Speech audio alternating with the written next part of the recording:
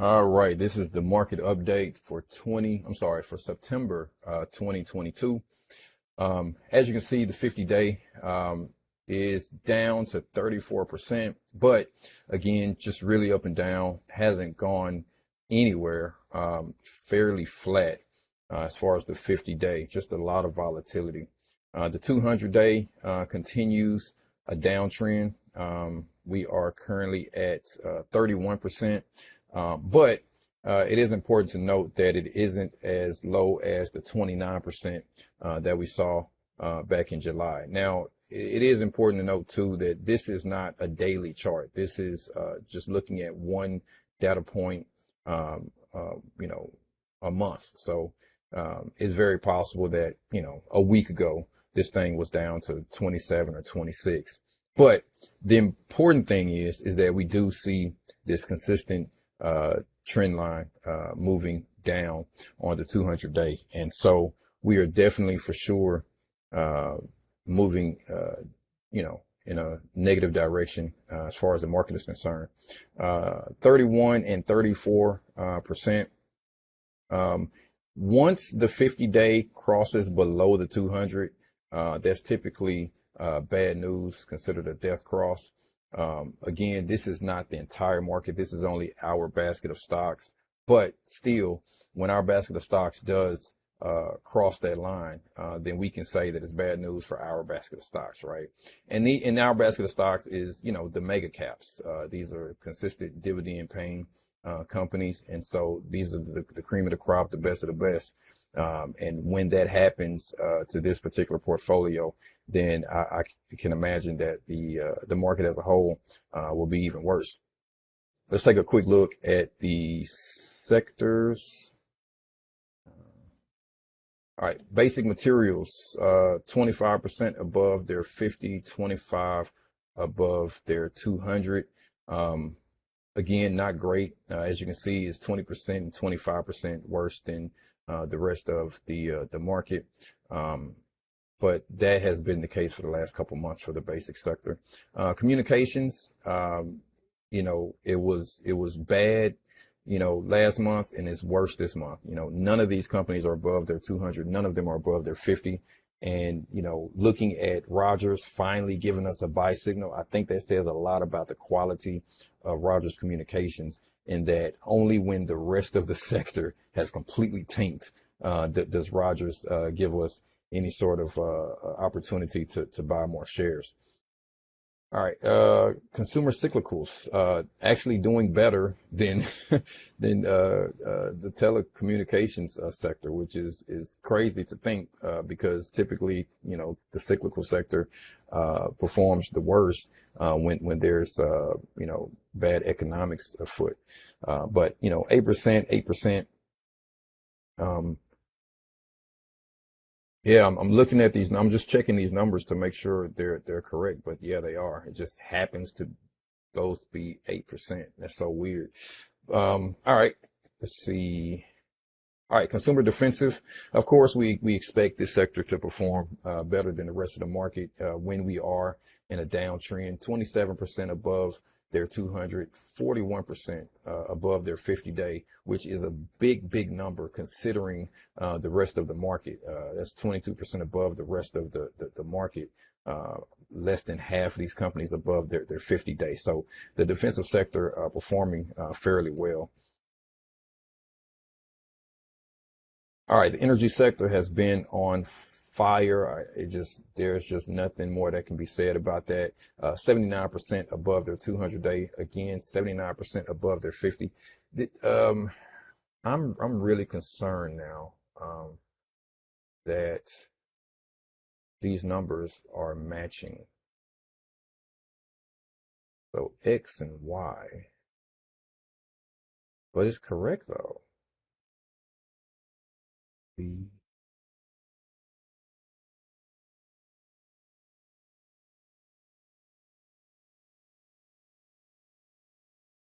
Wow.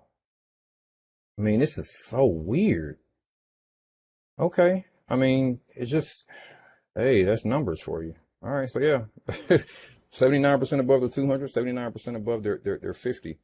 when something happens twice is a coincidence. When it happens three times, that's just a weird thing. And I think that really goes back to the fact that, again, 34% above their 50, 30, was it 31% above the 200. We're getting really close to that cross, if not there already. And so I think that's the reason why we're seeing these numbers so close as well. Anyway, financial sector, hey, doing better than telecommunications, I guess, but only 3% above their 200-day, 26% above their 50-day. Again, that is 23% worse than the rest of the market, but, based on some of these other sectors, the financial sector is not doing that bad.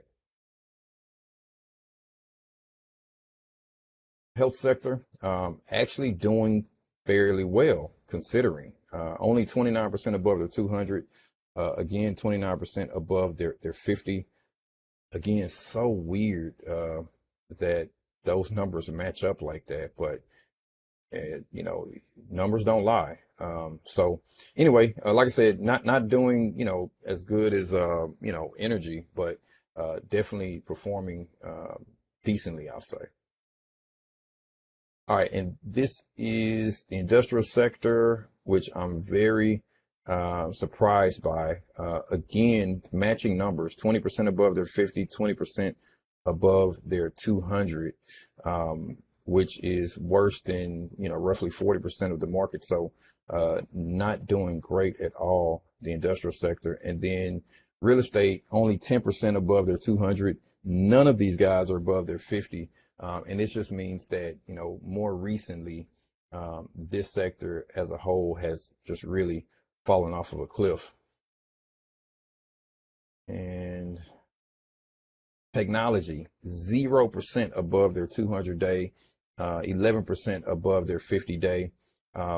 This is what I expect the consumer cyclical sector to look like. And at the moment, it looks like technology is performing worse than consumer cyclicals, even though technology tends to be a more stable sector than something like a Best Buy, right? I think a lot of this, though, has to do with maybe global politics at the moment surrounding the tech sector with chips and phones and all these things that are coming from other countries. And then utilities, last but not least, the best performing sector, as far as I can tell, 88% above their 200, 69% above their 50. So again, I mean, this has been the case for the last, I think, 3 or 4 months. Utilities, energy, and consumer defensive sectors are where all the winners are. And I think that maybe financials is kind of second best. All right, let's take a look at, let me sort this, at some of the individual performers here.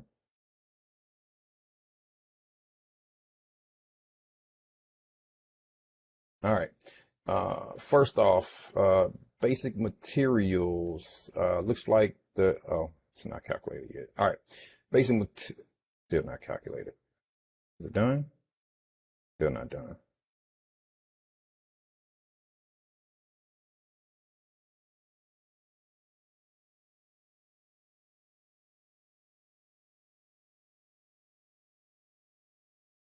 I don't want to start and then have to change, but I think CTRA is going to stay at the top though.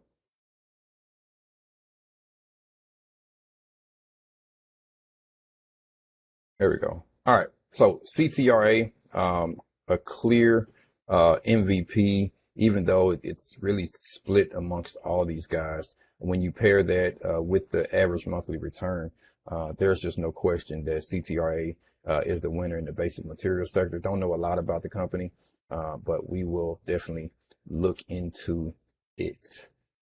And currently we're in Southern Copper, negative 195 average, but that really kind of puts it in line with the rest of the sector.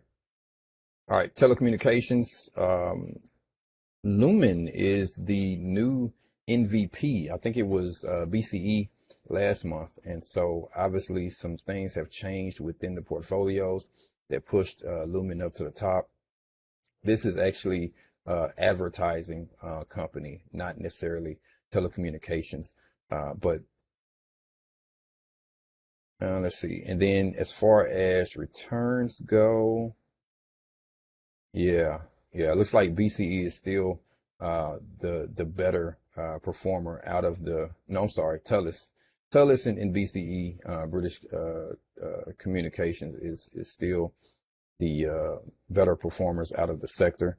That has not changed. That's been the case for quite some time. We're currently in Rogers, and we're sitting at a negative 133, which is kind of in the middle of the pack when it comes to performance.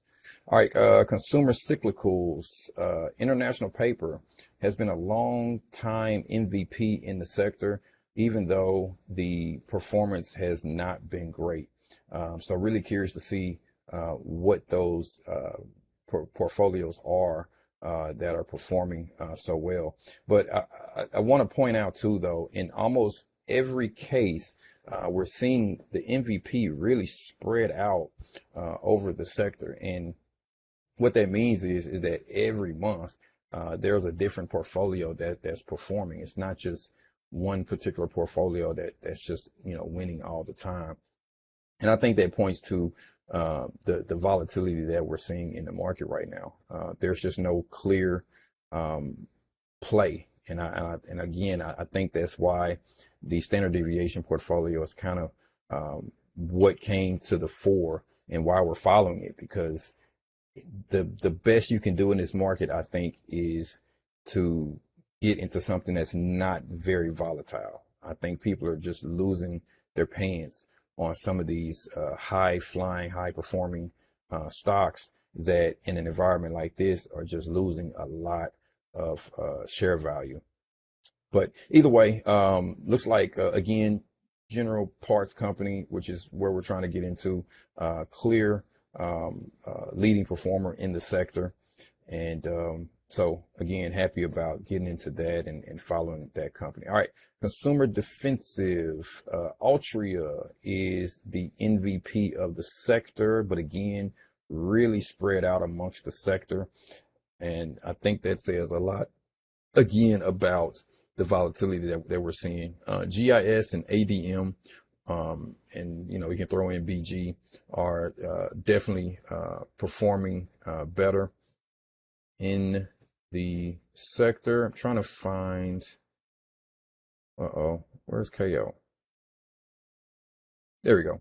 KO is definitely one of those MVPs. And as you can see, it's not the best performer, but sort of in the middle, I guess, when you look at, well, no, not even in the middle. It's towards the bottom of the list as far as performance goes. Yeah, ADM and GIS are the better performers in a sector that's doing fairly good right now. See a lot of positives in there, then a bunch of negatives too. Walgreens, Target, Walmart is doing better, but man.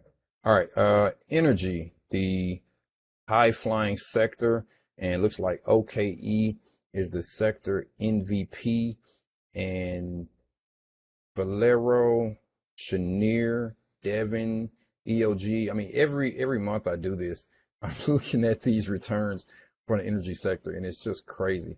EMB is what we're trying to go.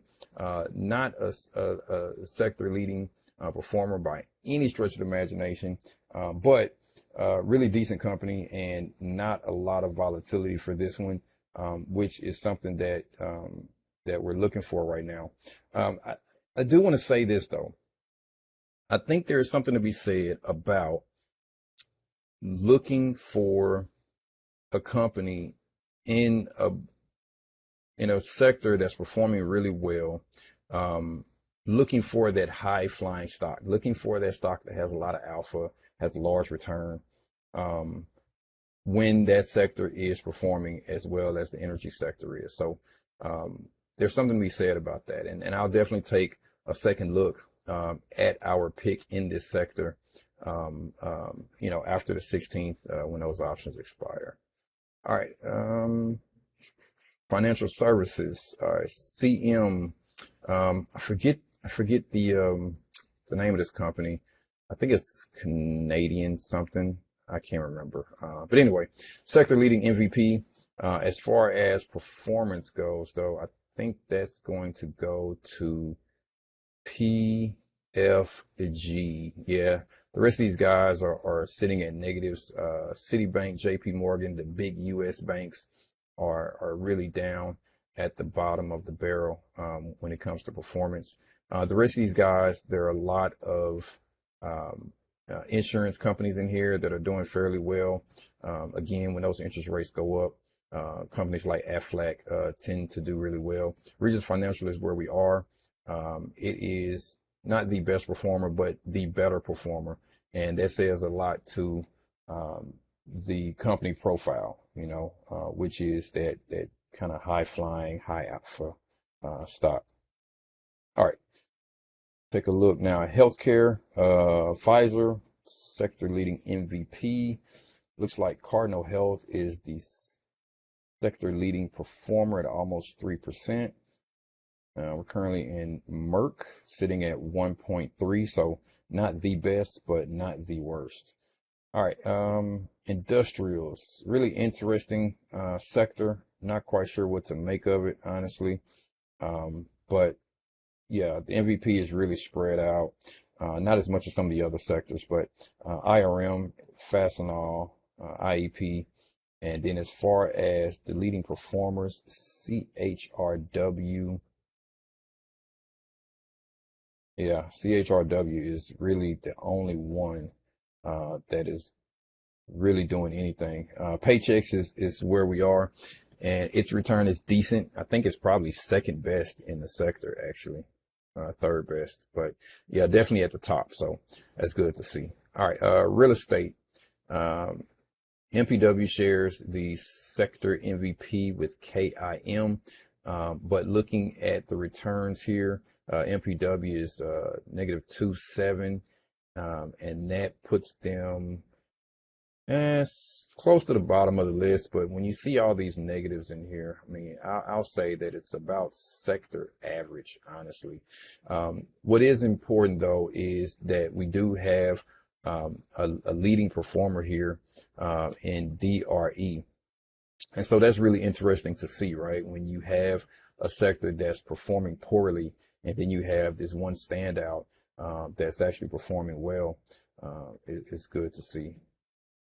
All right, technology. Corning is the sector leading MVP by just a bit, but again, pretty spread out. Performance is a -1. Intel, my goodness, look at this, -4 per month. That is crazy. That's not great at all. But yeah, it looks like that -1% is really in line with the rest of the sector, because everyone is negative here, with the exception of Hewlett Packard and with the exception of Hewlett Packard. So that's interesting. All right, utilities, really great sector. Again, really spread out as far as the MVP is concerned, meaning that every single month there is a different portfolio that is performing better. But you can't go wrong with, I think, choosing any of these guys relative to the rest of the market, right? So Southern looks like it's the leading performer at 1.5. No, not even close. Sorry. 2%. Yeah. Yeah. So was it 2.5? Yeah. 2.25. So ED, SRE, and EXC, sector leading performers, but have not been on the better performing portfolios. Not sure what that means, but again, looking at just what's going on in the utility sector, in these guys you pick will be good money. All right, let's take a look at the portfolios here. So this is if we were to purchase the companies in this portfolio as of July 2021, currently returning 11%,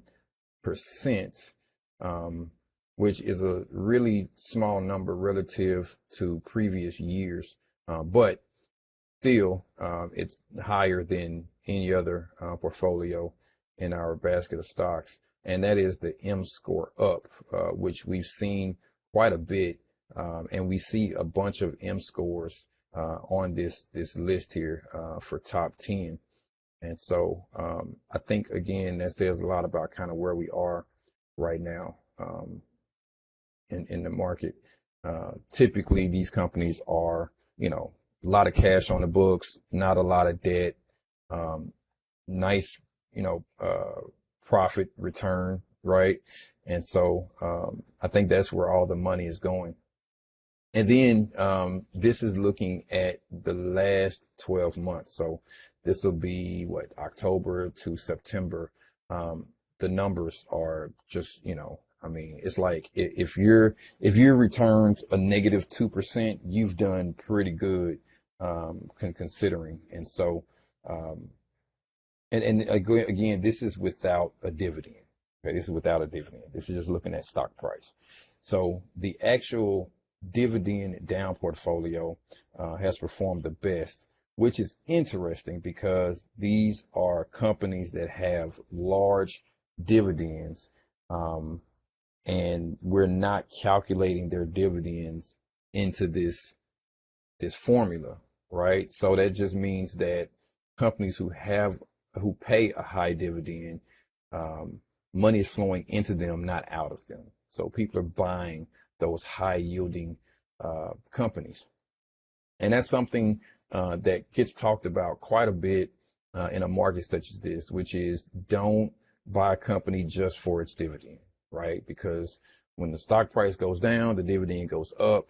And so it is very enticing to invest into a company to get that great big dividend.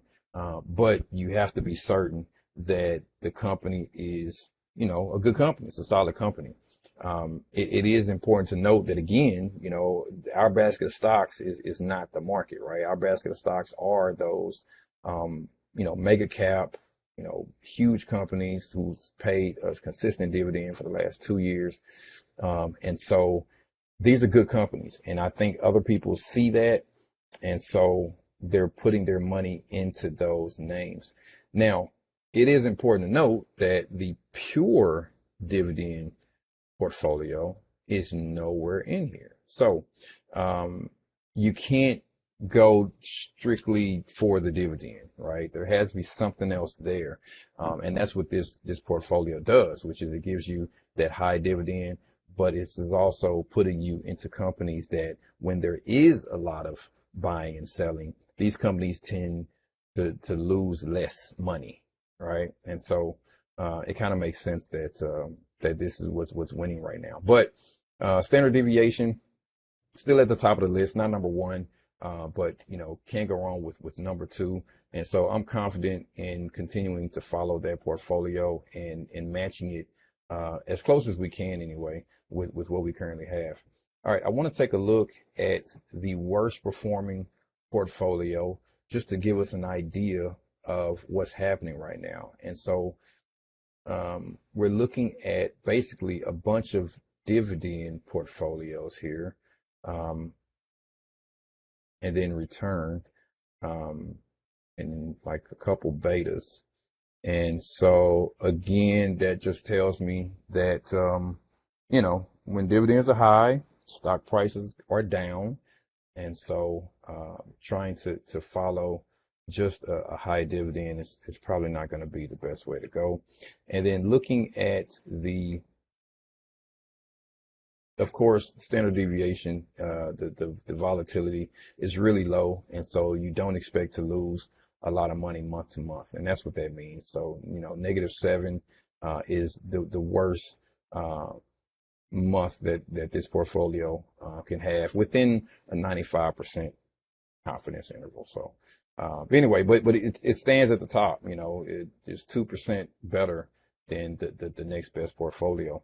And then now let's look at the best performing portfolio month to month. And we see again a bunch of dividend portfolios. And I think the reason for this is that with these dividend portfolios, again, you're getting that dividend, but when the market is doing well, then you're also going to do really well plus the dividend, which is why we see this huge 12%. But then at the same time, you see this negative 13 over here as well. So you can make a lot or you can lose a lot, right? Let's look at worst performing overall. Looks like up moves, a bunch of beta. So definitely, again, this has been the case for the last couple months. Those beta portfolios, betting against this market is not the way to go. Not over the last, 14 months rather, 14, 15 months, is betting against this market. There's a lot of volatility. And even though we are in a downtrend, we will have up days and we will have up months. When we do, you better be sure to be on the right side of the market. Otherwise, you can lose a lot of money. Let's look at worst performing last 12 months. And again, a bunch of beta. So again, cannot bet against this market. Just can't do it. Not worth it. All right, just to do a quick eye test, just to see kind of what's happening here.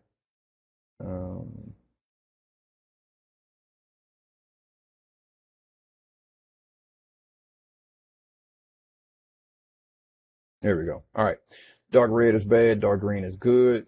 Let's see if we can find something without a lot of dark red. And right away, we see the standard deviation has this 1 month up here that was sort of red, but everything else is kind of yellowish. And then some greens in there. A bunch of red here. Dividend alpha, a bunch of red here. This one's not bad, but still a little too red. This one is nice, a lot of green. So this is the beta portfolio. And so when the market is doing really bad, these companies tend to do really well. And I think that's when you look at this, 0.66 return, that's in 1 month. That's better than what everyone else did. So that says a lot about this portfolio. And so, like I said, you can definitely make money going against the market. But man, doesn't look like that's something that you can do consistently right now anyway. Maybe that'll change over the next few months, but as of right now, just can't do it. And this portfolio doesn't look terrible. Just not a lot of dark green. It's kind of just all yellow. Then you got this -9 down here. A lot of greens here. Again, that's part of the beta, I'm sure. All these look like pink. Now we're getting into the M score portfolios, which see, and that's the thing. This is the reason why I like looking at this, because when you look at just the pure numbers, the M score portfolios seem like that they're doing the best because they're top 10, right? But when you're looking at it, just with your eye, man, there's a lot of red in here. And like these are like all yellow, right? This one is decent. This one looks okay. But you still got these dark reds here, -12 and -5. My goodness, look at that, -5, -13. This one's not too bad, but again, not any dark greens in there. This one is okay. And then this one is like, I'm not going to say terrible, but it's not great. So again, the eye test tells me that, we're in a good spot, other than this up and down portfolio, which is interesting. It does look interesting. And again, this is a portfolio that is all about volatility, right? When there's a lot of volatility, these companies tend to increase in price. and they also decrease less in price.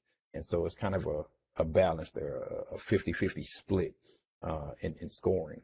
And so, yeah, that's interesting. Um, but yeah, to my eye though, even though like some of this beta stuff looks kind of okay, um, the dividend down is not bad. Standard deviation is kind of, it looks good compared to everything else, you know, because it has like one dark red. The rest of them are like yellowish.